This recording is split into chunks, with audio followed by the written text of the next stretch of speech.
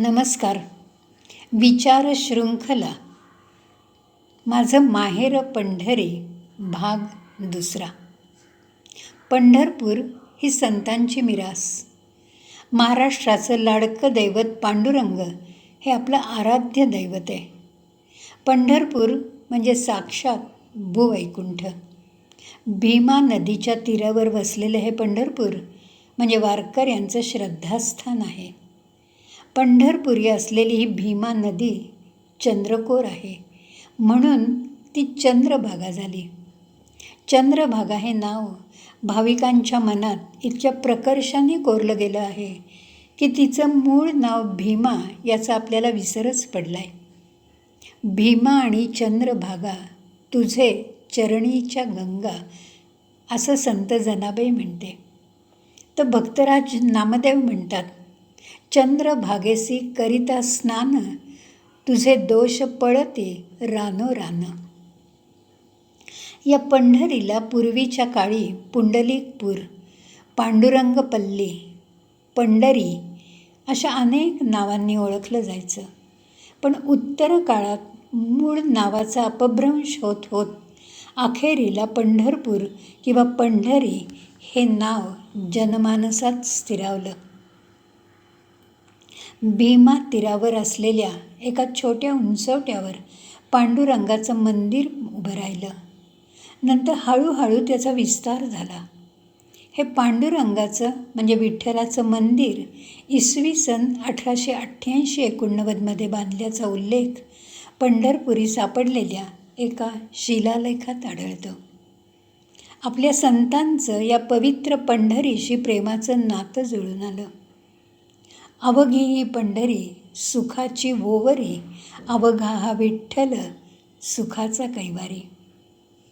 नामा म्हणे आधार सकळ जीवांचा, तो स्वामी आमुचा पंढरीनाथ.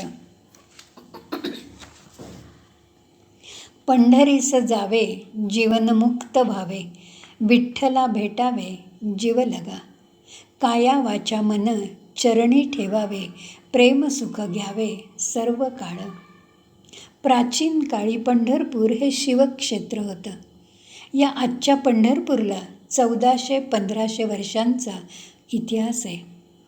पंढरपुरी जाणं ही मराठी भाविक मनाची पर्वणी आहे. जीवनात एकदा तरी पंढरपूरला जाऊन जीवन सत्कारणी लावावं ही मराठी मनाची श्रद्धा आहे. पंढरपुरातली प्राचीन मंदिरं शिवाची आहेत. भीमा तीरी शिवाची देवळं आहेत.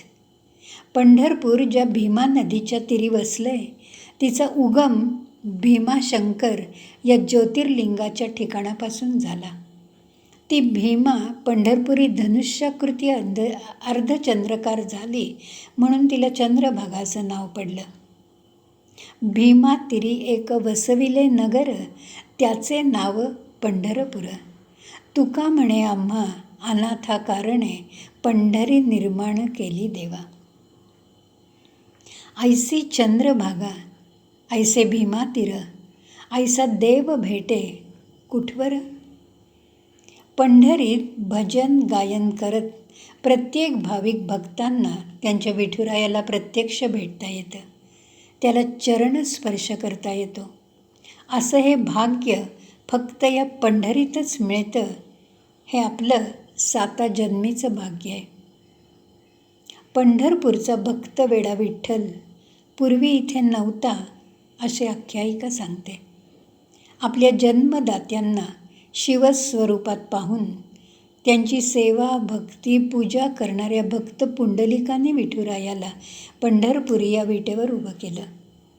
किंबहुना पुंडलिकाचा जन्मदात्यांविषयी असलेला सेवाभाव बघून थक्क होऊन तो पुंडलिकाच्या आज्ञेनुसार या विटेवर भक्तांसाठी उभा राहिला.